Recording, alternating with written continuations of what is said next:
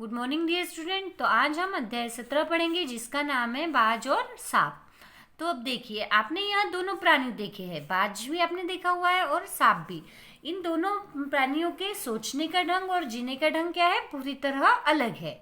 जैसे बाज हमने देखा है कि जो खुले आसमान में अच्छे से उड़ता है और सांप जो है एक गुफा के अंदर छुपकर बैठा हुआ होता है ना। तो इस तरह से ये दोनों दो प्राणियों की कहानी हमें इस पाठ में बताई गई है। यानी कि इस पाठ के माध्यम से हमें यह समझाया गया है कि कुछ जो व्यक्ति होते हैं कि जो बाज की तरह साहसी होते हैं, हिम्मत वाले होते हैं, कोई भी कार्य क्या है बिना डरे निडर होकर बाज की तरह करते हैं। और कुछ जो होते हैं जो सांप की तरह होते हैं, मतलब जो जिन्हें हम कायर डरपोक कह सकते हैं, जो किसी भी परेशानी को क्या है मुसीबत समझ लेते हैं और वही सबसे बड़ी परेशानी है ऐसे सोचकर क्या है हार मान जाते हैं। और कुछ जो होते हैं जो क्या होते हैं साहसी होते हैं, निडर होते हैं और परेशानी का क्या है डटकर सामना करते हैं। तो ऐसे व्यक्तियों के बारे में हमें बाज और सांप के माध्यम से इस पाठ में हमें समझाने की कोशिश की गई है। तो देखिए अब इस पाठ में क्या बताया गया है। समुद्र के किनारे ऊंचे पर्वत की अंधेरी गुफा में एक सांप रहता था। समुद्र का किनारा था, एक ऊंचा पर्वत था, उसमें एक छोटी सी अंधेरी गुफा थी, उसमें एक सांप रहता था। ठीक है। समुद्र की तूफानी लहरें धूप में चमकती झिलमिलाती और दिन भर पर्वत की चट्टानों से टकराती रहती थी। अब समुद्र था, समुद्र के पास ही पर्वत था, तो ये समुद्र की जो लहरें हैं वहां पर्वत की चट्टानों को क्या है टकराती रहती थी। पर्वत की अंधेरी घाटियों में एक नदी भी बहती थी। अब जो पर्वत है समुद्र के किनारे था और उसकी अंधेरी घाटियों में से एक नदी भी बहती थी। अपने रास्ते पर बिखरे पत्थरों को तोड़ती शोर मचाती हुई यह नदी बड़े जोर से समुद्र की ओर लपकती जाती थी।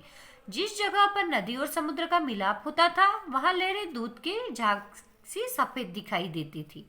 अब देखिए, वह सांप कहाँ रहता था। समुद्र के किनारे एक ऊंचा पर्वत था, उसकी गुफा में वह सांप रहता था और उस पर्वत पर से एक नदी बहती थी और जो नदी पत्थरों को तोड़ती हुई शोर मचाती हुई आगे बढ़ती जाती थी। और जहां पर समुद्र का उससे मिलाप होता वहां की लहरें कैसे दिखाई देती थी, दूध के झाग सी सफेद दिखाई देती थी। अपनी आगे देखिए, अपनी गुफा में बैठा हुआ सांप सब कुछ देखा करता। लहरों का गर्जन, आकाश में छिपती हुई पहाड़ियां, टेढ़ी मेढ़ी बल खाती हुई नदी की गुस्से से भरी आवाजें, वह मन ही मन खुश होता था कि इस गर्जन तर्जन के होते हुए वह सुखी और सुरक्षित है। वह क्या था, अपने अपने को क्या है सुखी और सुरक्षित समझता था। कोई उसे दुख नहीं दे सकता। सबसे अलग सबसे दूर वह अपनी गुफा का स्वामी है और वह अपने जीवन से क्या था संतुष्ट था। वह बहुत सुखी था। वह समझता था कि मैं सबसे अलग हूँ, सबसे दूर। वह अपनी गुफा का क्या है अकेला ही स्वामी है और उसे परेशान करने वाला और कोई नहीं है। न किसी से लेना न किसी से देना, दुनिया की भागदौड़ छीना झपटी से वह दूर है। सांप के लिए यह सबसे बड़ा सुख था। अब देखिए, वह अकेला ही एक गुफा में रहता था, अकेला ही एक गुफा में पड़ा रहता और उसे कोई भी उसके आसपास नहीं था, तो उसको इस बात में सुख होता था। वह खुद को संपन्न समझता था, सुखी समझता था। मतलब उसको लगता था कि मुझे किसी का लेना देना नहीं, दुनिया की भागदौड़ छीना झपटी से वह क्या है सबसे दूर है। एक दिन एकाएक आकाश में उड़ता हुआ खून से लथपथ एक बाज सांप की उस गुफा में आ गिरा। उसकी छाती पर कितने ही जख्मों के निशान थे, पंख खून से सने थे और वह अधमरा सा जोर से हाँफ रहा था। और अचानक ही एक दिन क्या हुआ कि आकाश में उड़ता हुआ एक खून से लथपथ एक बाज सांप की गुफा में आ गिरा। जमीन पर गिरते ही उसने एक दर्द भरी चीख मारी और पंखों को फड़फड़ाता हुआ धरती पर लौटने लगा। अब वह बहुत जख्मी था और जख्म से बहुत लगे हुए थे, तो वह क्या है अपने पंखों को फड़फड़ाता हुआ धरती पर ही लौटने लगा था। उसे बहुत तकलीफ हो रही थी। डर से सांप सांप अपने कोने में सिकुड़ गया। अब उसे बाज दिखाई दिया। बाज तो कैसा चतुर और अपने जो शिकार है उसको एक झटके में पकड़ लेता है। तो डर सांप क्या है, बाज से एकदम डर गया, सिकुड़ गया। किंतु दूसरे ही क्षण उसने भाप लिया। अब भाप लिया यानी कि दूसरे ही क्षण उसने जान लिया कि बाज जीवन की अंतिम सांसें गिन रहा है और उसे डरना बेकार है। यह सोचकर उसकी हिम्मत बंधी और वह रेंगता हुआ उस घायल पक्षी के पास जा पहुंचा। अब उसे पता था कि बाज क्या है, घायल है, तो उसे उससे कुछ भी डर नहीं था।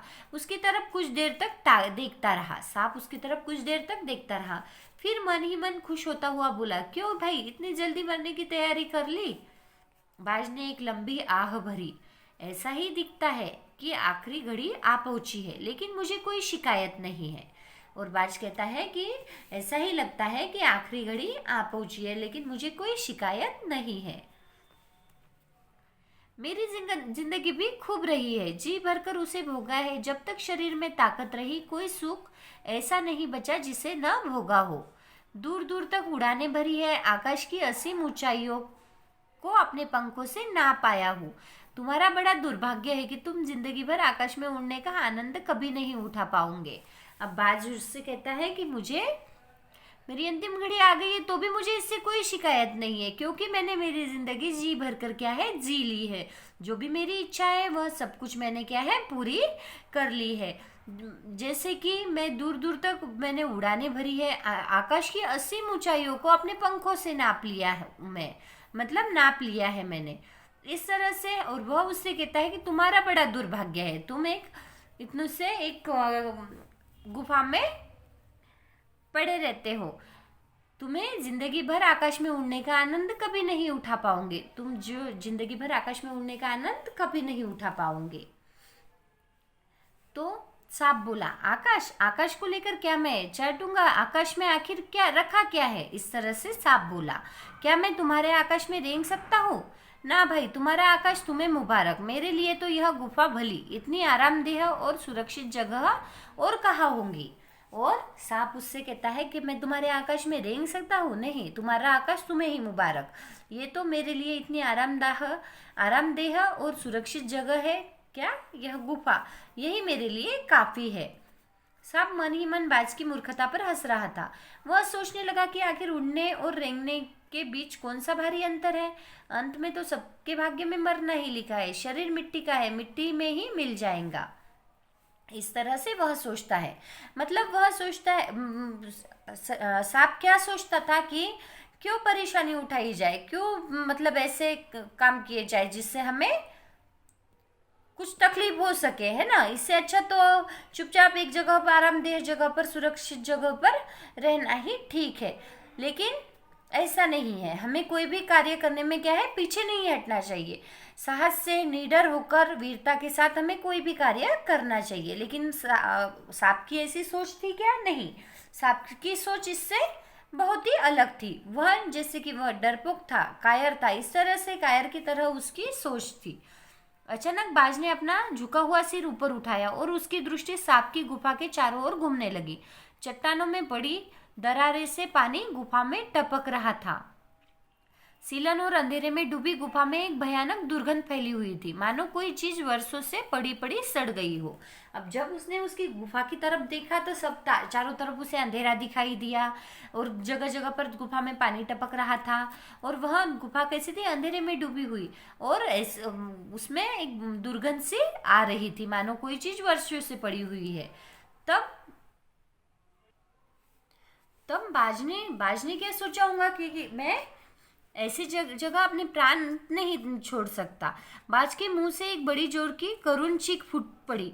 आकाश में सिर्फ एक बार आकाश में उड़ पाता। और ऐसी स्थिति, ऐसी जगह देखकर उसके मन में सिर्फ एक ही बात आई कि काश में एक बार आकाश में उड़ पाता। बाज की ऐसी करुण चीख सुनकर सांप कुछ सिटपिटा सा गया। एक क्षण के लिए उसके मन में उस आकाश के प्रति इच्छा पैदा हो गई, जिसके वियोग में बाज इतना व्याकुल होकर छटपटा रहा था। उसने बाज से कहा, यदि तुम्हें स्वतंत्रता इतनी प्यारी है तो इस चट्टान के किनारे से ऊपर क्यों नहीं उड़ जाने की कोशिश करते? हो सकता है कि तुम्हारे पंखों में अभी इतनी ताकत बाकी हो कि तुम आकाश में उड़ सको, कोशिश करने में क्या हर्ज है। और सांप उसे कहता है कि तुम्हें स्वतंत्रता इतनी ही प्यारी है तो चट्टान के सबसे ऊपरी भाग पर चल जाओ और वहां से क्या है उड़ने की कोशिश करो, शायद तुम उड़ सको। बाज में एक नई आशा जग उठी, और सांप की बात सुनते ही बाज में एक नई आशा जग उठी। वह दूने उत्साह से अपने घायल शरीर को घसीटता हुआ चट्टान के किनारे तक पहुंचाया, और दूने उत्साह से मतलब डबल उत्साह के साथ वह क्या है किनारे तक पहुंचाया। खुले आकाश को देखकर उसकी आंखें चमक उठी। उसने एक गहरी लंबी सांस ली और अपने पंख फैलाकर हवा में कूद पड़ा। फिर क्या हुआ, किंतु उसके टूटे पंखों में इतनी शक्ति नहीं थी कि उसके शरीर का बोझ संभाल सके। पत्थर सा उसका शरीर लुढ़कता हुआ नदी में जा गिरा। एक लहर ने उठकर उसके पंखों पर जमे खून को धो दिया, उसके थके मंदे शरीर को सफेद फेन से ढक दिया, फिर अपनी गोद में समेटकर उससे अपने साथ सागर की ओर ले चली। इस तरह से वह सांप ने उड़ने की कोशिश की, पर वह क्या था, बहुत ही जख्मी हालत में था, और उसके पंखों ने उसका साथ नहीं दिया और वह समुद्र में जाकर गिर पड़ा। लहरें चट्टानों पर सिर धुनने लगी, मानो बाज की मृत्यु पर आंसू बहा रही हो। धीरे धीरे समुद्र के असीम विस्तार में बाज आंखों से ओझल हो गया। चट्टान की खोखल में पैदा हुआ सांप बड़ी देर तक बाज की मृत्यु के आकाश के लिए अपने प्रेम के विषय में सोचता रहा, और बहुत देर तक सांप इस बारे में सोचता रहा, बाज की मृत्यु के बारे में भी और आकाश के प्रति उसके प्रेम के बारे में भी वह सोचता रहा। आकाश की असीम शून्यता में क्या ऐसा आकर्षण छिपा है जिसके लिए बाज ने अपने प्राण गंवा दिए। वह खुद तो मर गया, लेकिन मेरे दिल का चैन अपने साथ ले गया। और जिस तरह से वह अपनी जिंदगी आराम से व्यतीत कर रहा था, पर अब वह क्या है, वह सोचने पर मजबूर हो गया। वह सोच रहा था कि मेरे दिल का चैन उसने अपने साथ ले गया, न जाने आकाश में क्या खजाना रखा है। एक बार तो मैं भी वहां जाकर उसके रहस्य का पता लगवाऊंगा, चाहे कुछ देर के लिए ही हो, कम से कम उस आकाश का स्वाद तो चख लूंगा। और आखिर एक बार सांप सोचता है कि क्यों ना मैं भी एक बार कोशिश कर लूं और आकाश का में क्या रखा है मैं भी देख लूं। इस तरह से वह सांप सोचता है। यह कहकर सांप ने अपने शरीर को सिकोड़ा और आगे रेंगकर अपने को आकाश की शून्यता में छोड़ दिया। धूप में क्षण भर के लिए सांप का शरीर बिजली की लकीर सा चमक उठा, किंतु जिसने जीवन भर रेंगना सीखा था वह भला क्या उड़ पाता। नीचे छोटी छोटी चट्टानों पर धप से सांप जा गिरा। ईश्वर की कृपा से बेचारा बच गया, नहीं तो मरने में क्या कसर बाकी रही थी। सांप हंसते हुए कहने लगा, सो उड़ने का यही आनंद है, भर पाया मैं तो। पक्षी भी कितने मूर्ख है, धरती के सुख से अनजान रहकर आकाश की ऊंचाइयों को नापना चाहते हैं, किंतु अब मैंने जान लिया कि आकाश में कुछ नहीं रखा, केवल ढेर सी रोशनी के सिवा वहां कुछ भी नहीं है। शरीर को संभालने के लिए कोई स्थान नहीं, कोई सहारा नहीं, फिर वे पक्षी किस बूते पर इतने डिंगे हाँकते हैं, किसी लिए धरती के प्राणियों को इतना छोटा समझते हैं। अब मैं कभी धोखा नहीं खाऊंगा। मैंने आकाश को देख लिया और खूब देख लिया। अब बाज तो बड़ी बड़ी बातें बनाता था, आकाश के गुण गाते थकता नहीं था। उसकी बातों में आकर मैं आकाश में कूदा था। ईश्वर भला करे, मरते मरते बच गया। अब तो मेरी यह बात और भी पक्की हो गई कि अपनी खोखल से बड़ा सुख और कहीं नहीं है। तो देखिए अब आगे क्या हुआ कि उस बाज ने भी क्या, सांप ने भी क्या की, एक बार कोशिश की कि आकाश में क्या है मैं देख लूं, और पर वह हमेशा ही रेंगता रहता था, तो वह उड़ कैसे पाता। तो वह छोटी छोटी चट्टानों पर जाकर गिर पड़ा और मरते मरते बच गया। लेकिन वह सोचता है कि क्या पक्षी भी क्या है, आकाश में तो कुछ भी नहीं रहा। इस तरह से वह सोचने लगता है और सिर्फ एक ही बार कोशिश कर कर वह क्या है हार मान जाता है। लेकिन हमें ऐसे नहीं करना चाहिए। हमें एक बार कोशिश करने से मतलब ऐसे नहीं सोचना कि नहीं अब एक बार हमसे नहीं हो पाया तो अब हमसे कुछ भी नहीं हो पाएगा, ऐसी हमारी सोच नहीं रखना। लेकिन सांप की तो वैसी थी, वह अपने खोखल से बड़ा सुख कहीं नहीं है, यह वह समझ गया कि एक जगह पर ही पड़े रहना, एक कोने में रहना इसी में क्या है, सुख है। वह इस तरह से सोचने लगा। धरती पर रेंग लेता हूँ, मेरे लिए यही बहुत कुछ है।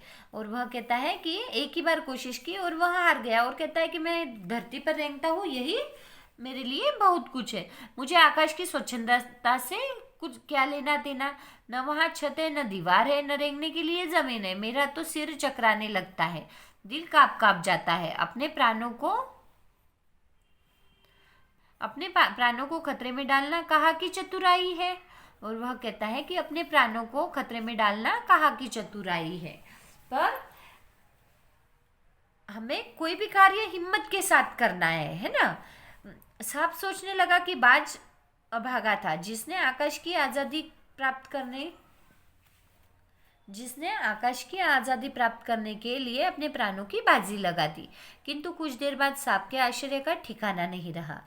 लेकिन थोड़ी ही देर बाद सांप के आश्चर्य का ठिकाना नहीं रहा। क्यों? क्योंकि उसने सुना चट्टानों के नीचे से एक मधुर रहस्यमय गीत की आवाज उठ रही थी। और वह लहरें जो है, वह क्या है, साहसी बाज की प्रशंसा के गीत गा रही थी। किस तरह से उसने हिम्मत के साथ इतना मतलब वह जख्मी हालत में होते हुए भी उसने हार नहीं मानी और आखिरी दम तक वह कोशिश करता रहा। इस तरह उसकी प्रशंसा के गीत यह सभी लहरें गा रही थी। मधुर रहस्यमय गीत का आवाज उठ रही है। पहले उसने अपने कानों पर विश्वास नहीं हुआ, किंतु कुछ देर बाद गीत के स्वर अधिक साफ सुनाई देने लगे। वह अपनी गुफा से बाहर आया और चट्टान से नीचे झांकने लगा। सूरज की सुनहरी किरणों में समुद्र का नीला जल झिलमिला रहा था। चट्टानों को भिगोती हुई समुद्र की लहरों में गीत के स्वर फूट रहे थे। लहरों का यह गीत दूर दूर तक गूंज रहा था। सांप ने सुना, लहरें मधुर स्वर में गा रही है। हमारा यह गीत उन साहसी लोगों के लिए है जो अपने प्राणों को हथेली पर रखे घूमते हैं। वह लहरें कौन सा गीत गा रही थी कि जो भी साहसी लोग हैं, जो अपने प्राणों को हथेली पर रखे घूमते हैं। चतुर वही है जो प्राणों की बाजी लगाकर जिंदगी के हर खतरे का बहादुरी से सामना करे। अब चाहे हमें कोई भी परेशानी हो, तो हम उस परेशानी से डरकर भागेंगे तो परेशानी क्या कम हो जाएगी? क्या नहीं, आखिर और बढ़ती जाएंगी, या फिर किसी भी तरह से हमारे सामने वह आती रहेंगी। लेकिन अगर हम उसका साहस से निडर होकर सामना करें तो वह परेशानी हम आसानी से दूर कर सकते हैं। तो इसीलिए चतुर वही है जो प्राणों की बाजी लगाकर जिंदगी के हर खतरे को बहादुरी से सामना करे। ओ निडरबाज, शत्रुओं से लड़ते हुए तुमने अपना कीमती रक्त बहाया है, पर वह समय दूर नहीं है जब तुम्हारे खून की एक एक बूंद जिंदगी के अंधेरे में प्रकाश फैलाएंगी और साहसी बहादुर दिलों में स्वतंत्रता और प्रकाश के प्रेम पैदा करेंगी। देखिए, और क्या कहते हैं कि वह लहरें इस बाज की क्या है, प्रशंसा की गीत गा रही है। और वह कहती है कि ओ निडर बाज, शत्रुओं से लड़ते हुए तुमने अपना कीमती रक्त बहाया है, पर वह समय दूर नहीं है जब तुम्हारे खून की एक एक बूंद जिंदगी के अंधेरे में प्रकाश फैलाएंगी और साहसी बहादुर दिलों में स्वतंत्रता और प्रकाश के लिए प्रेम पैदा करेंगी।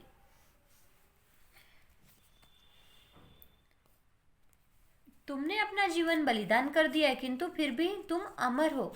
जब कभी साहस और वीरता के गीत गाए जाएंगे, तुम्हारा नाम बड़े गर्व और श्रद्धा से लिया जाएगा। जो कोई भी क्या है, मतलब हिम्मत से निडर होकर कोई भी कार्य करता है, तो उनकी जो है, उनकी प्रशंसा के गीत क्या है, हमेशा ही गाए जाते हैं। हमारा गीत जिंदगी में के उन दीवानों के लिए है जो मरकर भी मृत्यु से नहीं डरते। इस तरह से यह बाज और सांप, यह पाठ निर्मला वर्मा जी ने लिखित यह पाठ आज हमने पढ़ा है। इस पाठ में हमें जीवन जीने के लिए हमें कैसी सोच रखनी चाहिए, किस तरह से, किस ढंग से हमें हमारा जीवन व्यतीत करना है, यही बात निर्मल वर्मा जी ने हमें इस पाठ में बताई है कि हमें कोई भी कार्य क्या है, साहस के साथ, वीरता के साथ करना है, ना कि कायर की तरह। तो यहाँ पर हमारा पाठ सांप और बाज यहाँ पूरा होता है। Thank you.